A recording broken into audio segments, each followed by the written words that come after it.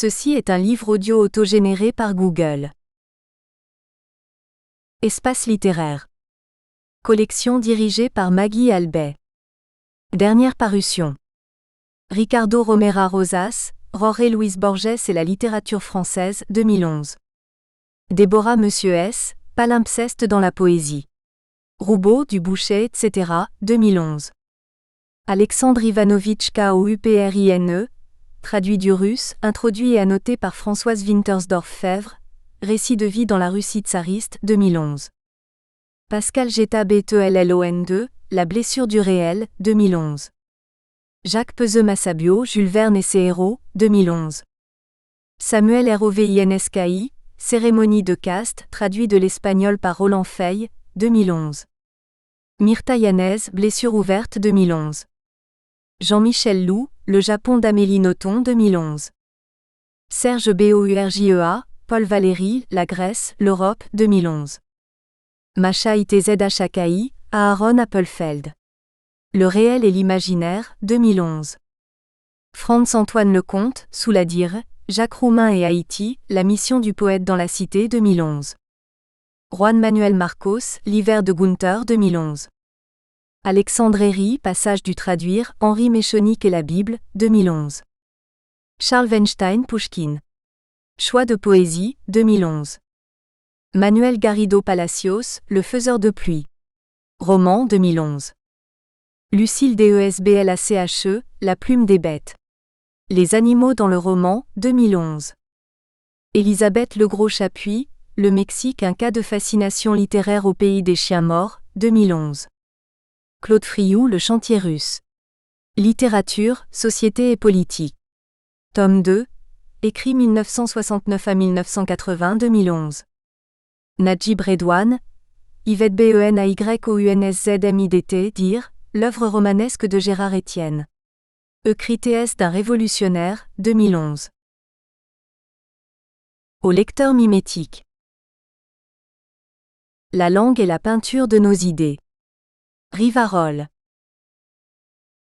Le lecteur est son double, une MUFECONDE. Toute lecture est un voyage qui nous tend ses mots sur un chemin. Écoliers, collégiens, lycéens, étudiants, nous avons été présentés autrefois à une foule d'auteurs au programme. Poètes, romanciers, philosophes, gens de théâtre se sont pressés à la revue, en multitude anonyme, avec la raideur et l'absence d'une armée de soldats de plomb prêts à des batailles sans âme. Il est même arrivé que leur sidération nous gagne, nous aussi. Le désir de connaître s'est brusquement évanoui, et avec lui la clé des songes. La littérature est restée lettre morte. Chercher à comprendre et à aimer est un luxe que permet peu l'urgence d'exister conforme et productif à tout prix. La vie est passée par là. Ce n'est que longtemps après, comme au détour d'un sentier de montagne noyé dans une brume tenace, que le voile de Maya s'est enfin déchiré, découvrant à nos yeux encore vierges des paysages neufs, inconnus, des récits d'initiation sculptés au stylet de la pensée et de ses myriades de nuances colorées. La foule des auteurs autrefois entrevus est soudain réapparue à notre regard converti. Nos esprits s'étaient aiguisés entre-temps à l'épreuve de la vie. Nous étions devenus capables de mimer intérieurement des univers imaginaires entiers. Alors, comme surgi d'un répertoire ancien, chacun de ces créateurs s'est mis à nous parler du monde, simplement à sa façon unique et passionnante. Chacun s'est révélé à nous, telle une étoile pétillant au cœur des constellations de la pensée. Là où il brille clairement pour nous, désormais, en vrais voyageurs de l'esprit. Durablement fasciné par la vision de ce ciel étoilé, le lecteur surpris peut parfois sentir se lever en lui des aspirations intimes pour ces délicieux dédales que déploient de concert les échos multiples de la langue alliés au mystère de récits infiniment chatoyants. Parcours féconds que ceux menés dans les arcanes de ce temps-ci et de ce silence-là. La posture suspensive familière au lecteur, porteuse d'explorations littéraires renouvelées, vaut bien tous les lingots d'or refuge modélisés par nos économies hystériques. Et bientôt peut advenir l'heureux moment pour ce lecteur comblé, de déposer sa mue toute fraîche au pied d'un auteur neuf. Joie muette, puissante des passages secrets. Tout écrivain vit une double aventure, celle du récit qu'il narre et de la langue qui porte ce récit. Il ouvre ainsi au lecteur de vrais chemins de liberté, ou laisser souffler l'esprit qui l'anime. Il sait enfin générer ces petites musiques du silence qui résonneront en nous comme autant d'éclats de voix singuliers. Analogie des formes. La pensée naît et prend son essor dans l'espace du pas de la foulée. Intervalle, lien, elle est éclat d'une lame, métaphore frayant des chemins. Elle est cette flèche à la fois fugace et franche décochée du lieu mystérieux d'une inspiration. Par la pensée partagée, nous appartenons au monde. Il arrive que le lecteur longe, entre sable et mer, une plage écumeuse semblable à la pliure délicate du livre qui s'ouvre. Il se sent là au bord d'un parcours qui l'aspire vers une ligne d'horizon cachée. Suivant les traces assurées de l'écrivain, le lecteur se fait à son tour pionnier d'espaces neufs. On écrit comme on respire, comme on marche, comme on arpente. Dans le déroulement de traits fugitifs, dans l'arabesque déliée du mouvement de la plume. Et s'il peut arriver à l'auteur que le phénix de son inspiration manque un temps des ailes de la liberté, le marcheur, lui, continue d'éprouver la joie secrète de sentir flotter dans l'air de fines lumières gorgées de vérité légère. Le livre ouvre un chemin multiple et disponible à des milliers de relations intimes simultanées. Rencontre des esprits, aventure insolite infiniment déployée. Présence aux interférences du monde. Silence, recueillement. Échappée belle au devant d'une éternité physique et volatile. Pourrait-on sans littérature faire pièce à l'invasion des stéréotypes de la pensée unique et continuer à penser le monde séparément du besoin qu'on en a? Toute démarche de lecture-écriture a droit de citer dans un panthéon littéraire sans frontières. Dès lors qu'elle se fait l'écho d'une voix singulière, elle incarne la joie simple de se sentir exister dans le labyrinthe immobile de l'intériorité. Dans les failles de l'ENTREMONDE. La nature est un temple ou de vivants piliers. Laisse parfois sortir de confuses paroles. Baudelaire. Que renvoyer à Stéphane Mallarmé se désolant d'avoir lu tous les livres? Sinon sa propre réponse, contenue dans le vers qui suit. Je sens que des oiseaux sont ivres parmi l'écume inconnue et les cieux. L'homme contemporain demeure muet face à la finitude, comblé en apparence, de ces mondes connus. À l'ouest comme ailleurs, rien de nouveau. Cela signifie-t-il pour autant qu'il nous faille accepter, à l'aune de cet épuisement programmé, une issue simultanée à nos périples imaginaires? Ce serait d'abord imposer une limite bien étriquée à notre rapport au monde. Ce serait encore faire fi des forces imaginatives qui nous habitent, en contrepoids vital aux impératifs souvent contraignants de la connaissance. Albert Einstein le clamait haut et fort. L'imagination est plus importante que le savoir. Ce serait enfin frapper d'une ignorance coupable nos espaces du dedans, ces épaisseurs vivantes de ressentis et d'émotions, mises à jour par notre capacité à inventer d'autres chemins. Notre pouvoir existe bel et bien d'aborder aux rives de cet autre en soi. Il s'agit ni plus ni moins pour ce faire que de dresser les éléments volatiles d'une cartographie personnelle. En exerçant notre regard sur le monde, il peut nous être donné d'étendre notre champ de conscience aux frontières de continents jusque-là ignorés, même si pressentis parfois, mais rarement abordés. En quête de ces lieux intérieurs, nous nous posons alors la question neuve d'un sentiment géographique du monde, sentiment issu de nos origines et construit bien souvent à notre insu depuis l'enfance. À l'image des anciens peut nous venir l'envie irrépressible de provoquer des échos fraternels entre macrocosme et microcosme, qui n'aiment rien tant que se renvoyer la balle dans un jeu de miroir sans fin.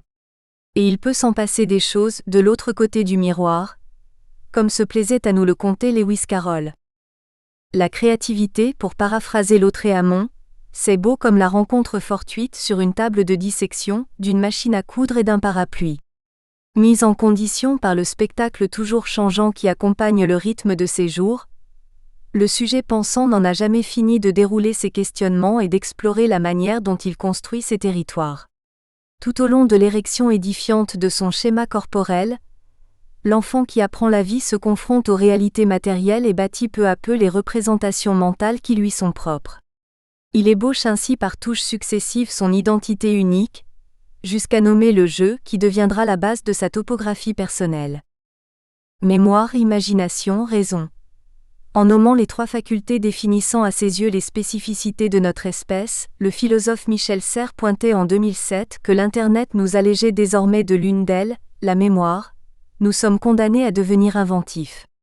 L'inventivité est tout ce qui nous reste. La nouvelle est catastrophique pour les grognons, mais elle est enthousiasmante pour les nouvelles générations. Le mind mapping, cartographie des idées, repose sur une gymnastique habituelle, renouvelée, des connexions mentales, une vraie méthode en somme pour explorer nos imaginaires, déjà promus en son temps par les créateurs surréalistes. En libérant la pensée, c'est tout le champ de nos visions intérieures que nous ouvrons, pénétrant ainsi dans les fractures multiples et parfois ténues de mondes parallèles implicites. Ainsi dévoilée, notre carte géographique personnelle constitue la trace vivante de nos lieux de mémoire, historiques légendés de notre conscience d'être au monde, dont il nous est loisible de tracer en quelque sorte le génome. Car comme pour toute bonne carte, sa légende est gorgée d'informations en provenance du passé, et par nous modulable dans l'avenir. Nous découvrons un paysage intérieur jalonné de valeurs, de critères et de croyances qui sont nos indicateurs de mobilité dans notre relation au monde. Notre géographie personnelle contient toute notre histoire. Elle en est la configuration, le relief original patiemment édifié, et comme gravé en nous. Notre manière de voir le monde, en somme. Et comme dans la nature, nous avons le pouvoir de nous y mouvoir de multiples façons, d'y engager randonnée et vagabondage, à l'affût des matériaux du rêve, des émotions, des sentiments, au gré des circonstances de la vie.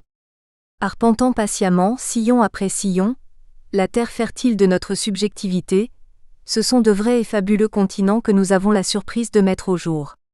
Plongés au cœur du grand récit mouvant de l'histoire, nous constatons qu'il nous reste toujours la liberté unique d'y insérer notre aventure originale. Main conte nous présente un héros se mettant en quête d'une chose précieuse, un trésor peut-être. Des années plus tard, devenu vieux, notre Ulysse revient chez lui, apparemment bredouille. Et c'est justement sur les berges de ce retour qu'il découvre le trésor qu'il cherchait, et qui était là depuis le début. Se pourrait-il que nous ayons nous aussi achevé notre Odyssée, et que nous nous soyons endormis sur la plage de notre prétendu paradis perdu, sans le pouvoir de nous éveiller ? Ne devons-nous pas alors, à l'image d'Ulysse, nous dégager d'abord de la brume, pour saisir la vérité d'ensemble du chemin parcouru ? Pour pénétrer bientôt dans les failles d'un monde entreaperçu, celui de nos atlas imaginaires. La terre natale de nos entremondes. Vol au-dessus d'un flux de CUME. Et l'on meurt de hasard. Encore faudrait-il pouvoir s'évanouir dans la nature, sans laisser de traces. Lorsqu'il se mit à courir sur la plage, ce matin-là comme chaque matin, elle était loin de se douter qu'il n'allait pas rester longtemps tout à fait seul. Et pourtant, tout s'annonçait tel qu'à chacune de ses sorties matinales. L'étendue vide tapissée de sable doré, rendue écumeuse par la marée montante, accueillait à nouveau sa foulée souple pour une exploration, renouvelée à l'envi, des espaces marges côtiers, repères familiers au déroulement fluide de ses journées. Seul sur la plage, absorbé dans l'arpentage tranquille de cette bande de monde visible. Comment imaginer qu'il ne le fût qu'en apparence ? Comment se douter que, tapis entre deux eaux, entre deux vagues, planait une autre géographie tout intérieure, intime mais ô combien proche, celle de son entremonde, fruit du jeu permanent des hasards aussi multiples que fugaces, capables de nous croiser, de nous recroiser, tels les synapses éphémères tissant nos topographies mentales. Empreinte. Empreinte. Ce mot se mit à danser sur son écran intérieur, avant de venir résonner en écho dans son haut-parleur interne. Il naquit du fond de sa conscience, avant de la traverser, de s'y inscrire en gros plan, puis de refluer bientôt vers des abîmes inconnus. Un peu à la manière d'un son familier qui, issu du lointain, grandit et se rapproche jusqu'à envahir tout le champ de l'esprit, avant de s'évanouir comme il est venu. Phénomène sonore, pensa-t-il. Visuel aussi, comme ces paysages plans sur lesquels l'œil s'amuse à zoomer pour aller y dénicher tel élément caché, tel détail invisible à l'ensemble et pourtant bien contenu dans cet ensemble, essentiel et comme ancré à celui-ci. Réminiscence du parc londonien mystérieux dans le blow-up d'Antonioni. Cette empreinte rendue ô combien familière en si peu de temps et qui inscrivait à chaque pas retombant de la foulée, son creux éphémère au cœur du sable mouillé, succéda insensiblement comme en écho, un nouveau mot non sans rapport avec le premier, footprint, son équivalent anglo-saxon à la consonance fraternelle, bienheureux cousinage des langues. Et ce nouvel écho intérieur fut aussitôt accompagné d'une fine mélodie qui se mua, au fil des foulées, en un rythme obsédant, langoureux, doucement enivrant. Une sorte de topo sonore, née des profondeurs de la mémoire. Elle ne put s'empêcher de penser à la petite sonate de Vinteuil, évoquée par Marcel Proust dans La recherche du temps perdu. T'en retrouver donc, se dit-il dans un souffle. Réactualité écumeuse et solaire, sableuse et brûlante, fidèle au décor de cette plage où elle délivrait sa foulée souple avec entrain, oublieux des contraintes du temps. Footprint, air enivrant, entêtant, jazzé infiniment, répété dans la durée éternellement prolongée de l'instant à l'image de ce ruban illimité de plage, se mit à habiter la conscience de elle dans toute son épaisseur. Air valsé presque que cette mélodie à 4 temps pulsés, dont le 4e s'étire comme pour mieux figurer le temps suspendu du coureur solitaire, tandis que les 3 précédents s'appliquent à marquer le martèlement infatigable du pied et le repère de son empreinte immédiatement estompée à la surface du sable humide. Et cette répétition sans fin, ad libitum diraient des comédiens au théâtre, du même pas lancé dans l'espace physique comme dans celui du souvenir. Footprint, rythme devenu familier, mélodie veloutée de la trompette du jazzman Miles Davis, dansant sur la partition, tel un corps survolant le paysage plat mais toujours mouvant du partage des eaux. Écume montante, sable uniformément humide, traces du pas immédiatement effacées, gestes répétés à l'infini, selon l'immuable cycle du temps, ronde tournoyante des saisons et des années, ou course quotidienne apparente du soleil couronnant nos têtes. Le hasard en complice apprivoisé, reconnu par qui sait le quérir, accouchant là, juste tangent au bord mystérieux de la conscience, d'une petite musique belle comme une foulée, compagne incarnée épousant la trajectoire idéale du corps de elle, un chemin long comme un baiser, pensa-t-il en se laissant pénétrer par ce vers de Borges. Borges, grand amateur de hasard, justement, à la mer quand elle embrasse les seins dorés des plages vierges qui assoiffées attendent. Sa foulée se fit plus ample, plus volontaire, ne perdant rien de sa souplesse. Et mon corps, tendu comme un arc, lutte contre tes muscles impétueux.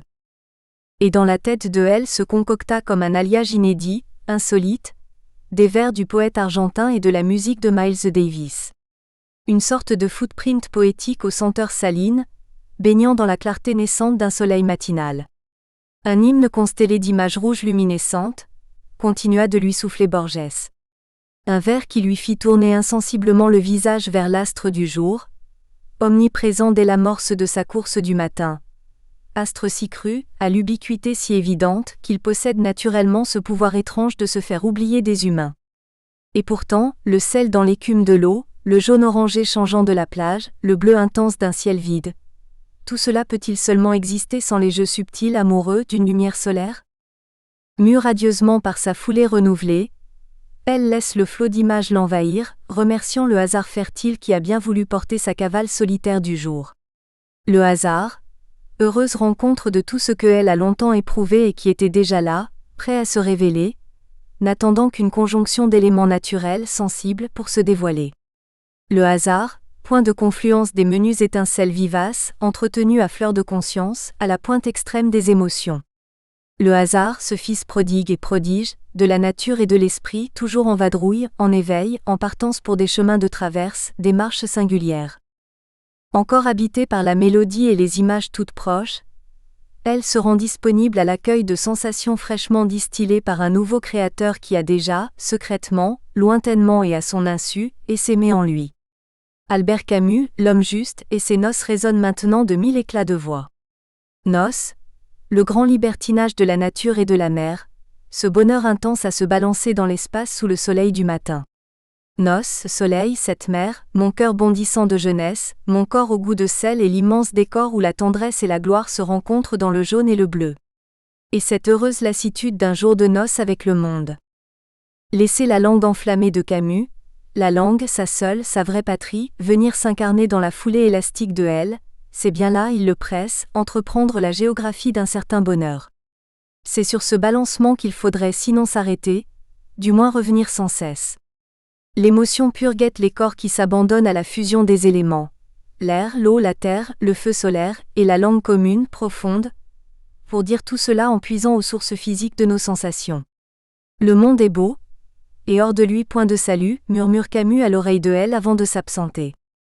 Encouragée, enivrée, et comme bercée par la ronde pure et juste des mots, elle sent sa foulée pénétrer le paysage, son corps ne faisant plus qu'un avec la grandeur minérale, recouvrant ainsi de très lointaines origines. Abritée sous la course épurée d'un soleil vif allant à son zénith, et la suivant fidèlement à contre-courant, à contre-feu, elle a tracé un chemin unique, lieu bienheureux de tous les hasards. Un silence vaste comme la plage qu'il survole s'installe peu à peu dans sa conscience, ponctué par le martèlement sourd du sang qui cogne ses tempes. À milieu des contingences familières, elle goûte les saveurs brutes et grisantes d'un panthéon retrouvé. Il n'est plus qu'ouverture au monde alentour, au silence solaire de cette plage qui comprend maintenant tout son univers. Il se sent et se sait enfin attentif au film et à la bande-son de sa vie, peuplée d'une infinité de nuances. Chromatisme des sensations et des mots se sculpte à l'image de chromatismes picturaux et musicaux. Vide et plein, objet réuni du désir enfin. Ultime empreinte inscrite dans l'écume de son jour. Pur plaisir d'exister dans la beauté du monde. Blaise Cendrars, un éloge de la partance. Je ne trempe pas ma plume. Dans un encrier. Mais dans la vie. Le jeune Blaise, encore adolescent, saute par la fenêtre, attrape le premier train, chemine là où le mènent ses pas. Au hasard des ruelles, des sentes, des chemins de traverse. Rupture et partance. L'homme est ainsi. Il fait son latin à cheval, passe le bachot, et repart. En rimbaldien féru, Blaise chante l'éloge du perpétuel départ au goût d'universel, au cœur d'une rumeur toujours neuve. Il meurt si on l'attache. Chacune de ses missives se colore d'un, et il y a encore quelque chose. C'est du pays que vient, le mal du pays. Le mal, c'est l'appartenance. Comme Gary, Cendrars est l'homme de l'inappartenance, y compris à l'égard de son œuvre. Le bourlingueur a choisi de mêler dans son nom la cendre, à l'art. Destin singulier. Toute vie n'est que poème pour cet amoureux de l'errance. La fluidité de son écriture est celle de l'écrivain voyageur toujours prêt à embarquer pour planter son regard dans le monde tel qu'il va à l'instant. Dans sa malle, ses manuscrits en cours, sa Remington portable, quelques vêtements, 2 paires de godasses, des kilos de papier blanc. Traversée de 18 jours de Pernambouc à Cherbourg. Et ce rêve fou de charger avec lui un magnifique fourmilier au nez en forme de bannière, marchandé à un vieux nègre borgne. Avoir avec soi un emmanché comme celui-là vous fait rire du matin au soir. Au gré de sa vie idéale, sur un bateau bien sûr, l'homme aura tout le loisir de penser à ces 7 merveilles du monde, toutes prosaïques au possible. Le roulement à billes, la publicité, l'argent, la musique de son ami Erik Satie, et la nuque dénudée d'une femme. Sans oublier la merveille des merveilles, le don de création. Quand tu aimes, il faut partir. Sentir marcher courir. Respire marche par Vataisan. Prose du transsibérien. La poésie, la vraie, n'a pas de patrie. Le stylo de Cendrars caracole. Lui est en bras de chemise, sifflotant. Ou s'amuse avec un dictaphone, inventant une polyphonie de voix amicale. Blaise a le goût du risque. Écrire lui est la chose la plus dure, il l'avoue. Écrire, c'est peut-être abdiquer. À qui veut l'entendre, il professe un mépris pour la chose écrite. La poésie est toujours en jeu. À l'image de ce poème énigme qu'il a caché, cloué dans la caisse d'un grenier de campagne. Au cœur du monde, l'homme de la main droite décrit une promenade nocturne dans Paris. Orion, c'est son étoile, sa main droite perdue à la guerre est montée au ciel. Cendrars s'engage dans ses propres pas, mais le poème se refuse à lui pour devenir ce texte antipoétique qui conduit à la prose malgré son auteur. L'aventure se poursuit, neuve et fluide. Blaise reste 1 an à Rome, à faire du cinéma. Puis débarque à Hollywood, là où toutes les rues mènent à un studio. Cendrars entre fascination pour l'image et humour naïf. J'avais l'intention de tourner un couple d'éléphants en train de coïter. Je n'ai pas réussi. Quant au filmage de la classique parade du baiser amoureux, il épluche avec délice la liste des 50 personnes nécessaires au tournage de ladite scène. Depuis les 2 acteurs de base jusqu'au producer. L'ami Douaneau photographie Blaise écrivant dans le vieux ex, figure de l'écrivain solitaire face à un mur lisse comme la page blanche, à la lumière d'une ampoule nue. Cendrars évoque l'oiseau rare s'envolant d'une clairière de la forêt brésilienne. Le septicolore, ahuri et passif, à l'œil lucide de l'oiseau halluciné, et un peu du panache, du champignon atomique de Bikini. Le poète rebondit encore. Le rêve est son autre voyage. Je rêvais que je volais comme un oiseau, battant des bras, des jambes, avant de se voir couillonner au réveil, avoue-t-il hilar. Blaise s'imagine aussi, se voit, se plaît à poil sur le pont d'un bateau lors d'aubes qu'il aime à se décrire, rien que pour lui. Toujours en partance dans sa tête. Le langage est une chose qui m'a séduit, formé, perverti. Correct, incorrect, mais bien vivant. Toute vie n'est qu'un poème, un mouvement. Je ne suis qu'un mot, un verbe, une profondeur dans le sens le plus sauvage, le plus mystique, le plus vivant, écrit Sandrard en 1913 à propos de la prose du transsibérien. Éloge de la partance, la nôtre cette fois, dans l'œuvre monde de l'écrivain Bourlinguer. Pourquoi j'écris ? Parce que. Apothéose sibylline d'une langue crépitante. De la QUETE humaine, à la QUETELITTERAIRE, Balzac et la recherche de l'absolu. La passion est une force. Elle est toute l'humanité. Alchimie et spiritualité, subtil cousinage de deux mondes à la poursuite d'une pureté introuvable. Et Dieu en grand absent que supplée l'absolu. Balthazar Claës, famille bourgeoise flamande, traque l'inaccessible étoile de ses rêves les plus fous, décomposer le carbone pour en extraire le diamant le plus pur. Mais décomposer, est-ce créer ? Une question qui s'applique conjointement à la création littéraire. Métaphore féconde pour Balzac qui parvient à clore sa nouvelle alors que Balthazar n'atteint, lui, son propre Graal qu'au moment suprême de sa disparition. La recherche de l'absolu, 1834, fiction moderne et philosophique, pose ouvertement la question de l'aliénation. Claës est-il fou ? Est-ce la raison qui déraisonne, ou la déraison qui se fait raisonnable ? Ou plutôt l'idée de folie ne serait-elle qu'une forme d'intolérance lancée à la poursuite des êtres exceptionnels ? Le grand romancier du XIXe a toujours manifesté de l'empathie pour les personnages supérieurs, grands incompris, symboles de l'imagerie romantique. Une vraie leçon métaphysique se profile derrière ces textes du désir qui brûle les âmes autant que les corps. La gloire est le soleil des morts. À l'image du chef-d'œuvre inconnu, 1831, Balzac rend hommage à la peinture pensée dans le récit. La matière picturale nourrit la narration d'une tiédeur flamande, sur laquelle se déploie la passion du chercheur d'or, autre oxymore. Ombre et lumière, la maison Claës est dépeinte à la manière d'un Vermeer. Hommage à toute la culture hollandaise. Le paradigme de la peinture offre au romancier une zone de neutralité où peut se dérouler le temps étiré près de 30 ans, de la quête, de la suspension, et finalement d'une utopie qui s'avère torturée. Peu à peu, d'essai en expérience, d'espoir en désillusion, Balthazar s'écroule, se consume, s'éteint à l'image du temps qui s'enfuit inexorable. Exclu de partout et par tous, il entraîne sa famille dans la ruine.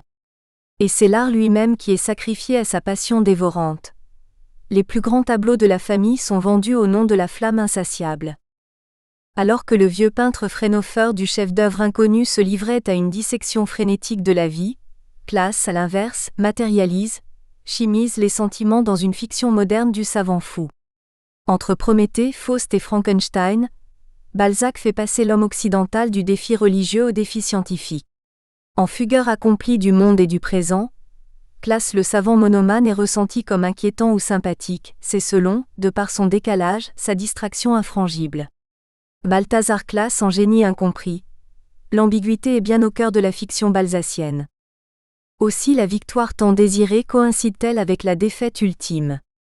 Les plus belles réussites de l'écrivain Balzac sont d'abord les récits de l'échec d'une quête. Mais un échec qui ne se noie pas dans le pessimisme. On reste toujours dans une dynamique. Et puis l'homme Balzac n'oublie pas que ses propres affaires l'ont mené lui-même à un désastre financier. De cet échec retentissant, il se consolera en édifiant dans ses romans des fortunes prodigieuses, souvent aussi fragiles que rapidement acquises. Après sa faillite, en héros du rebond favorable, Balzac reprendra la plume, cette fois avec succès. Fréquentant les salons, voyageant, le maître du roman réaliste et philosophique échafaudera sans moyen infaillible de faire fortune. Derrière Balthazar Claës, l'alchimiste fou, se profile le foisonnant créateur de milliers de types humains vécus idéalement. Parcours unique dans notre littérature, que Théophile Gautier, son contemporain, résume ainsi: il possédait le don de s'incarner dans des corps différents. Balzac fut un voyant. En nous soufflant que la vérité n'existe pas, que toute aventure est unique, irréductible, le romancier n'est jamais là où on l'attend. Entre la toise du savant et le vertige du fou, écrit-il. Nous espérons que vous avez apprécié cet aperçu. Pour continuer à écouter ce livre audio sur Google Play Livres, utilisez le lien dans la description de la vidéo.